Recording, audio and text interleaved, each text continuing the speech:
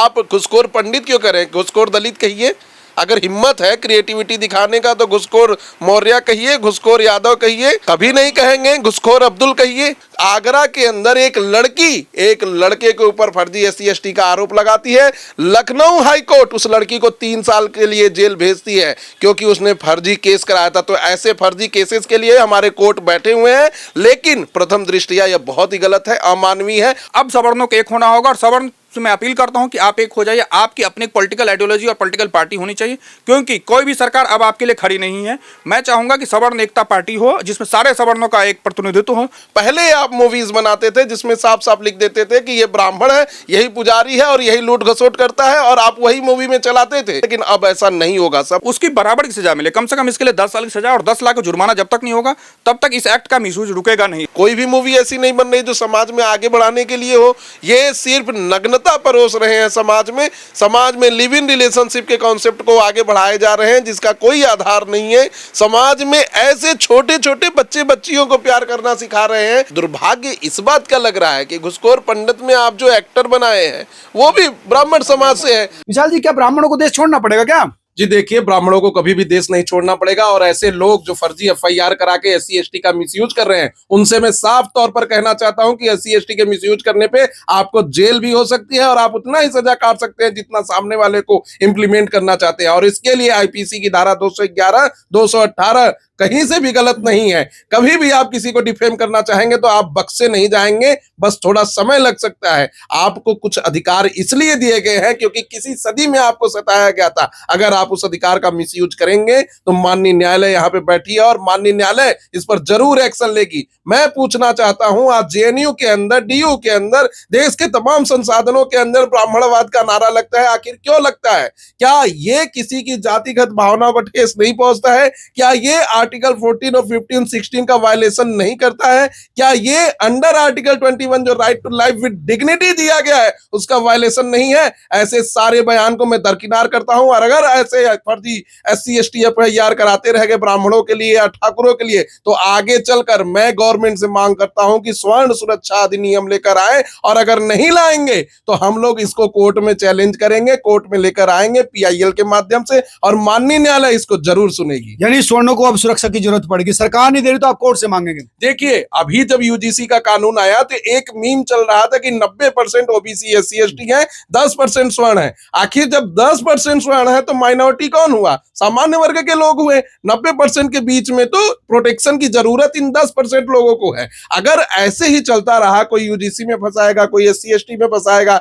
अभी हम आपको बता दें, यूपी के अंदर एक व्यक्ति को 20 साल तक सजा होती है और वो 20 साल के बाद जब आता है तो उसके भाई की मृत्यु हो जाती है, माता की मृत्यु हो जाती है, और बाद में पता चलता है कि उसको ऊपर फर्जी FIR हुआ था।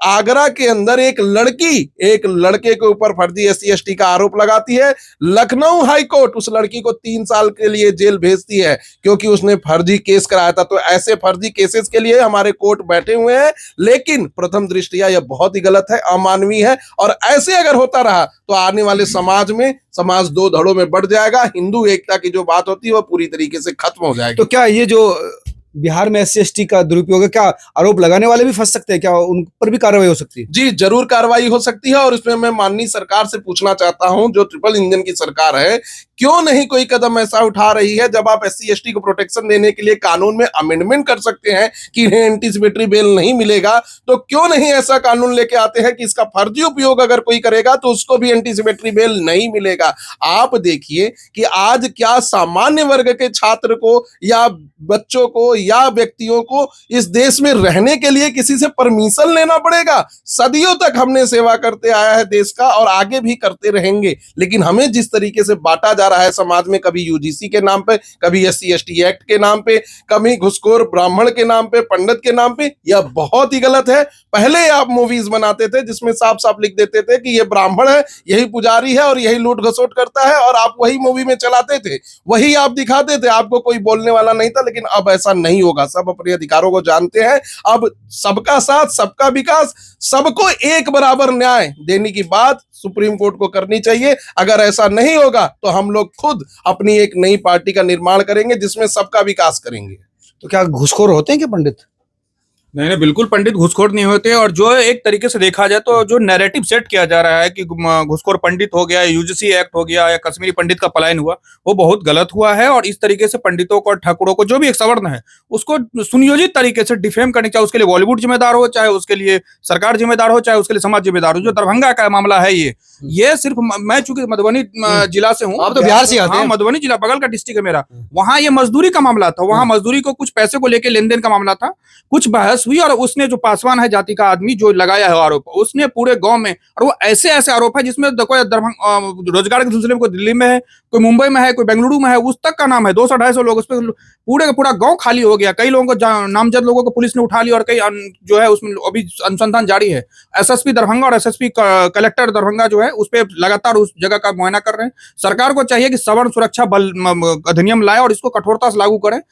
देखिए 2018 में डॉक्टर काशीनाथ महाजन परिषद स्टेट ऑफ महाराष्ट्र केस में सुप्रीम कोर्ट ने साफ साफ कह दिया कि SC/ST एक्ट का मिसयूज हो रहा है। लेकिन सरकार जितने हल्ला हुआ, SC/ST लोगों ने तोड़फोड़ की, उसमें कानून फिर से मानसून सत्र में कानून को बदला गया, और फिर सुप्रीम कोर्ट ने अपने पृथ्वीराज चौहान के जजमेंट में पलट दिया इस जजमेंट को। तो मैं मानता हूं कि SC/ST एक्ट जो SC/ST के लोगों को बचाने के लिए था, अब वो विपनाइज हो गया। अब ब्राह्मणों को, ठाकुरों को टारगेट करने के लिए हो रहा है। यही चीज कहीं ना कहीं यूजीसी वाला जो इक्विटी लॉ है उसका लिए था। यूजीसी वाला भी कानून यही था जो जनवरी में, उसमें तो आरजेडी की जो प्रवक्ता कह रही थी फंसाओ इनको। हाँ, कंचना यादव का सिर्फ उन्होंने सीधा सीधा कहा था कि इनको इसलिए दंडित किया जाए, इसलिए फंसाया जाता है कि उन्होंने हजारों साल पुराने, भैया किसने आपका किया और क्यों किया? अगर पास्ट की कोई पहली बात तो आपको 17 मुगल साल सल्तनत काल सब था, ब्राह्मण कभी थे ही नहीं इसमें कि आपको कोई ऑपरेसिव कर पाए। और जो थे भी, तो अगर किसी पूर्वज ने कर दिया उसकी सजा हमें थोड़ी मिलेगी। हम तो आज हमारे सब लोग साथ रहते हैं। और कई ओबीसी भी वाले भी लोग हैं, इसको ऑब्जेक्ट किए थे। कंचना यादव एक राजनीतिक प्रवक्ता है, और वो क्या बताए, दिमाग से थोड़ी सी जो भी कह सकते हैं आप हो हैं, वो अपना पार्टी लाइन से बोल रही हो, चाहे जिस वजह से हूँ, लेकिन उसकी वैमनस्यता दिख रही है कहीं ना कहीं इसमें कि वो समाज को बांटने की कोशिश कर रही है। मैं मानता हूं कि सरकार को, और दूसरी बात, एक आपके चैनल के माध्यम से मैं एक सवर्ण लोगों से भी एक खास अपील करता हूं कि यूजीसी एक्ट में जो बीजेपी सरकार को, चाहे जिस भी यूजीसी भी हो, शिक्षा मंत्रालय को बिना कॉन्फिडेंस के लिए हो नहीं सकता था। अब सवर्णों को एक होना होगा, और सवर्ण से मैं अपील करता हूं कि आप एक हो जाइए। आपकी अपनी पॉलिटिकल आइडियोलॉजी और पॉलिटिकल पार्टी होनी चाहिए, क्योंकि कोई भी सरकार अब आपके लिए खड़ी नहीं है। मैं चाहूंगा कि सवर्ण एकता पार्टी हो, जिसमें सारे सवर्णों का एक प्रतिनिधित्व हो, जो कि सरकार पे अगर कोई अहित हो रहा है सवर्णों का, जैसे SC/ST एक्ट मिसयूज हो रहा हो, वहां जाके अपनी बात रखे, संसद में अपनी बात रखें, अपनी सुरक्षा के लिए कानून बनवाएं, और कोर्ट के दरवाजे एक मंच बनिए जिससे जो उसमें सवर्ण अधिवक्ता रहे, और उनके अधिकारों का जब हनन हो तो कोर्ट में अपनी सुरक्षा के लिए जो है गुहार लगाए। तो ये मेरा मानना है।